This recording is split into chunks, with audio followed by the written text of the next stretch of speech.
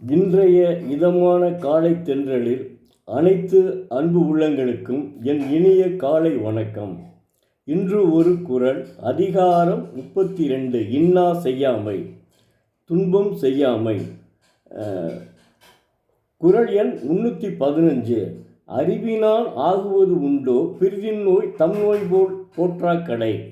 தெய்வப்புலவர் திருவள்ளுவர், துறந்தார்க்கு உயிர் முதலியவற்றை உள்ளவார் அறிந்த அறிவினால் ஆவதொரு பயன் உண்டோ, பிறிதோர் உயிர்க்கு வரும் இன்னாதவற்றை தம் உயிர்க்கு வந்தன போல குறிக்கொண்டு காவாய் எடுத்து என்கிறார்.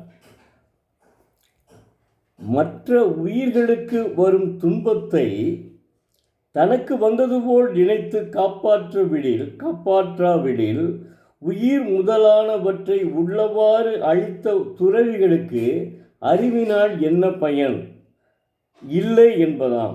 மற்ற உயிர்களையும் தம் உயிர் போல காப்பாற்ற வேண்டும். அப்படி இருந்தால் அதுவே அறிவின் பயனாகும் என்று தெய்வப்புலவர் திருவள்ளுவர் உணர்த்துகிறார். அப்போ அதாவது ஒருத்தன் உயிரோடு போராடிக்கிட்டு இருக்கான், ஏதோ அடிபட்டு. அப்போ நாம் என்ன செய்யணும்னு பக்கத்தில் இருந்து செல்ஃபி எடுத்துக்கிட்டு இருக்கக்கூடாது. இதை ஃபோட்டோ எடுத்துக்க அலைபேசியை வைத்து அப்படியே ஃபோட்டோ எடுக்கிறது அது நல்லதல்ல. உடனே என்ன செய்யணும்னா அவன் 108க்கு ஃபோன் பண்ணி ஆம்புலன்ஸுக்கு வர சொல்லி அவனை எடுத்துக்கொண்டு போய் முதல்ல காப்பாற்றுவதற்கு ஏற்பாடு செய்ய வேண்டும். அதனைத்தான் தெய்வப்புலவர் உணர்த்துகிறார். இது இப்படிலாம் அவர் சொல்லலை. அவர் என்ன சொல்கிறாரு என்பதை, அதான் அறிவின் பயன். நமக்கு படித்ததுக்கு என்ன அறிவு, அதனுடைய வேலை இதுதான். அதை விட்டு இப்போ அலைபேசி வந்ததுனால அதை வச்சுக்கிட்டு நான் பார்த்துருக்கேன் எத்தனையோ இதில். அவன் என்ன செய்வான், ஆக்சிடெண்ட் ஆகியிருப்பான், அவனை போய் முதல்ல எடுத்து 108க்கு ஃபோன் பண்ண வேண்டியதான், இவன் செல்லை வச்சு ஃபோட்டோ எடுத்துகிட்டு இருப்பான். எவ்வளோ பெரிய ஒரு